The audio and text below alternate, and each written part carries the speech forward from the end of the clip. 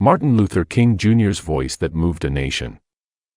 There are moments in history when a single voice echoes louder than thunder, when words, not weapons, change the course of a nation, when courage stands before fear, and truth refuses to be silenced. Have you ever wondered how one man's voice could move millions?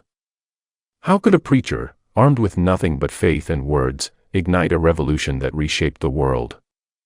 This is the story of Dr. Martin Luther King Jr., a man whose dream became a beacon of hope for generations. But before he was a global icon, before his words echoed across the steps of the Lincoln Memorial, he was just a man, tired, afraid, yet unbreakably hopeful.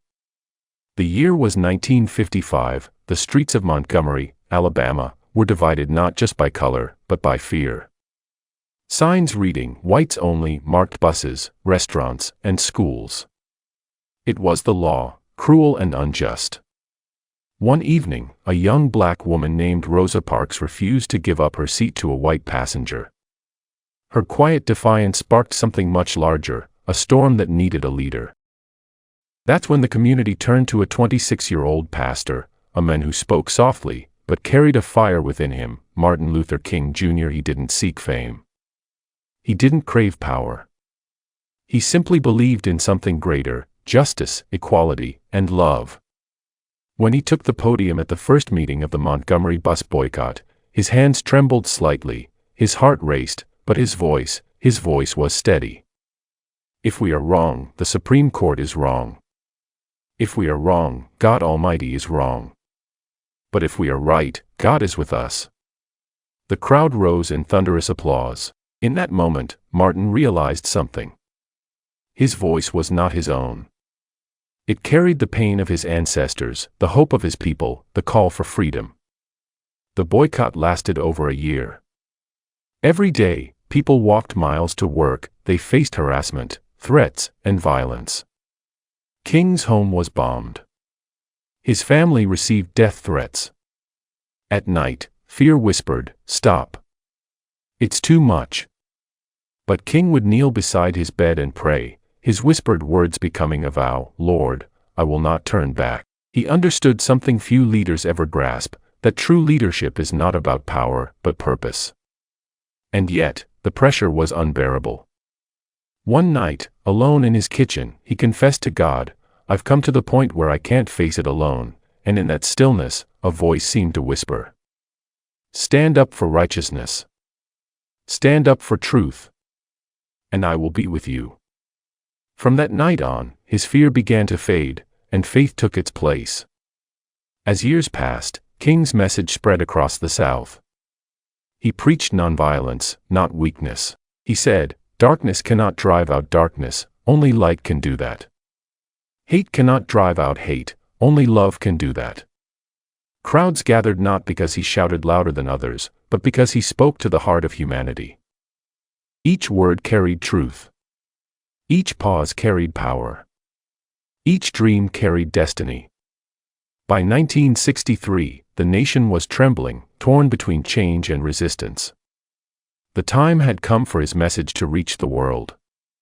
And so, on August 28, 1963, as over 250,000 people stood before the Lincoln Memorial, the world fell silent to hear one man's voice.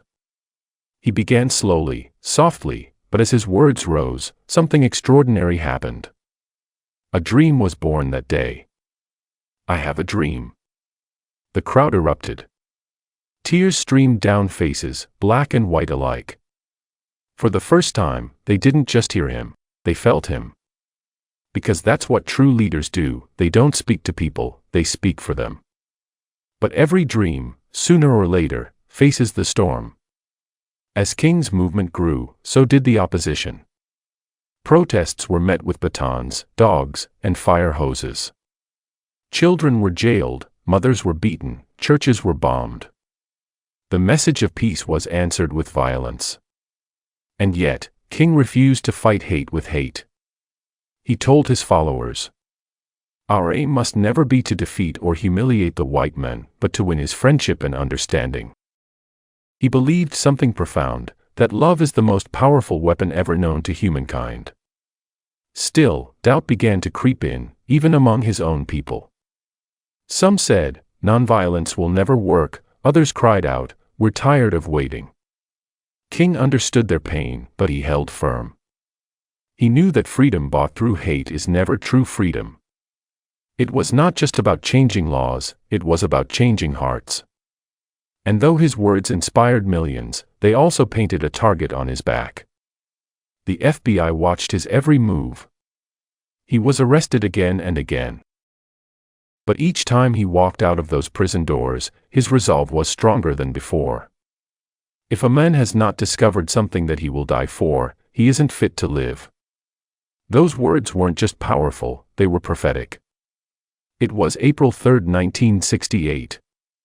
The rain poured heavily over Memphis, Tennessee. King was tired, physically and spiritually. The threats had grown darker. Friends begged him not to speak that night. But he couldn't stay silent. He stood before a packed church, his voice trembling at first, but then it grew, bold and unshakable. "I've been to the mountaintop," he said, "and I've looked over, and I've seen the promised land. I may not get there with you, but I want you to know tonight that we, as a people, will get to the promised land." The crowd shouted, cried, prayed. It was as if he knew his journey was almost over. The next evening, as he stood on the balcony of the Lorraine Motel, a gunman took aim. A single shot echoed through the twilight. And the voice that moved a nation was silenced. But not for long. Because you can silence a man, but you can never silence a movement built on truth. The day he died, the world wept. But even as tears fell, his words rose higher than ever. Children repeated his speeches in classrooms. Leaders quoted his dreams in parliaments and churches. And across the globe, people marched, not in anger, but in hope. King once said, "The arc of the moral universe is long, but it bends toward justice." He believed that progress might be slow, but every act of kindness, every voice of courage, bends that arc a little closer toward what is right. And today, decades later, his dream still breathes, in every act of equality, in every voice that dares to speak truth, in every person who chooses love over hate. So what made Martin Luther King Jr.'s voice so powerful? It wasn't his tone, or his fame, or even his title. It was the truth behind his words. It was the faith that never gave up. It was the courage to keep going, even when the world said stop. And that same courage, that same light, lives inside you. Whenever you speak against injustice, whenever you choose empathy over anger, whenever you dare to dream of a better tomorrow, you become an echo of that voice. Because the dream was never his alone. It was ours. It is ours. So remember this: words can divide, but they can also unite. Voices can destroy, but they can also heal. And one voice, your voice, can still move the world.